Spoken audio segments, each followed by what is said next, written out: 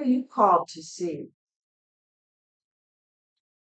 How do you need to adjust your vision so that they become visible? Sometimes it's as simple as making eye contact with the everyday people we encounter, asking them to tell us something about their lives, what it is that they want us to know, how it is that they came to this place in life where we have encountered them. Can we cross the chasms that we have constructed in order to reach them?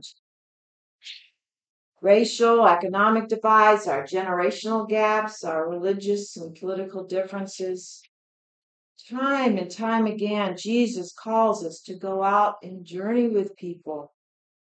But we must have eyes to see and hearts open to those that we have made invisible. God, may it be so.